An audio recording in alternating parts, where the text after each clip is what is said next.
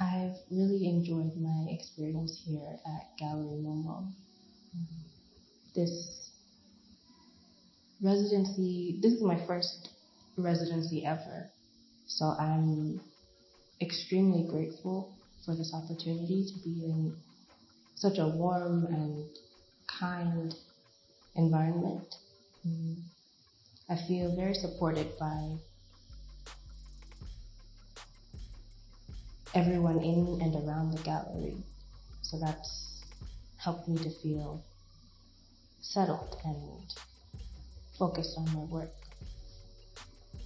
My name is Samara. I'm from Georgia in the United States.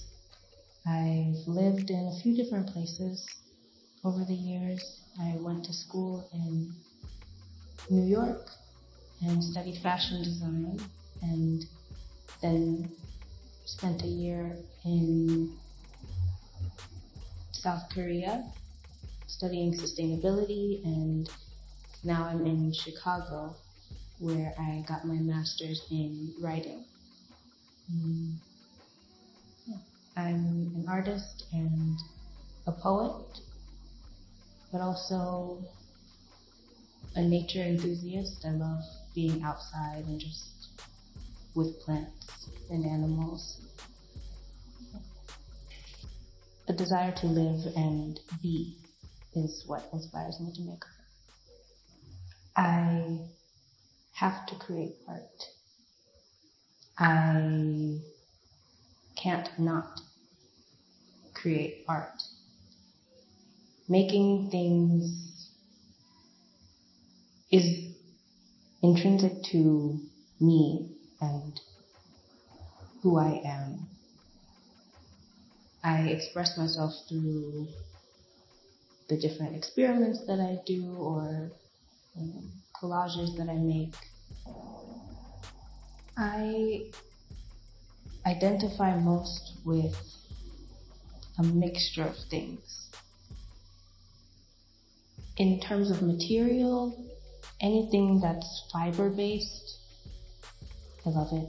So fabric collages, dyeing fabrics, knitting, weaving, crocheting, even braiding hair, rug making, all of that speaks to me a lot. But I'm also influenced by architecture, interior and exterior architecture. I like to look at my textile pieces in built environments and then compare and contrast that with those same pieces in nature, laying on a rock, being walked on the sidewalk, hanging on a tree branch. This is my first time to South Africa as well, so I'm learning as I go.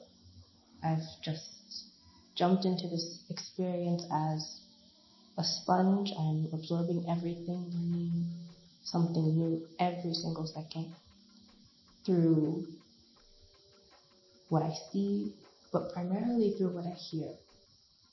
There's so many birds that I haven't seen before, that I haven't heard before, and I make sure to listen to them every day. They wake me up and they lull me to sleep and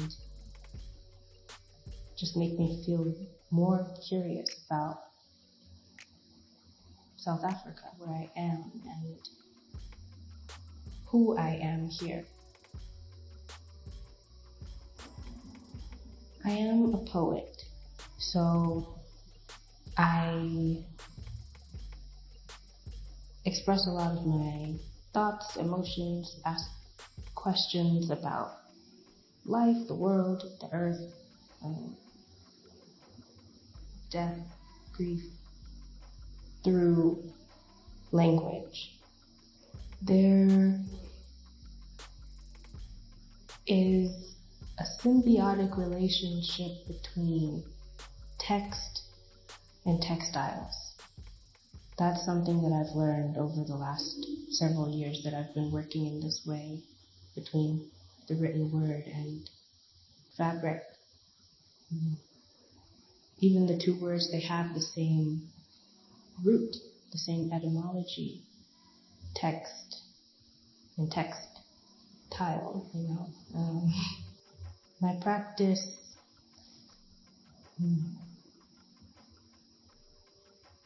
I want to say it changes almost every day. I'm very influenced by my living environment and my own state of mind. I'm also influenced by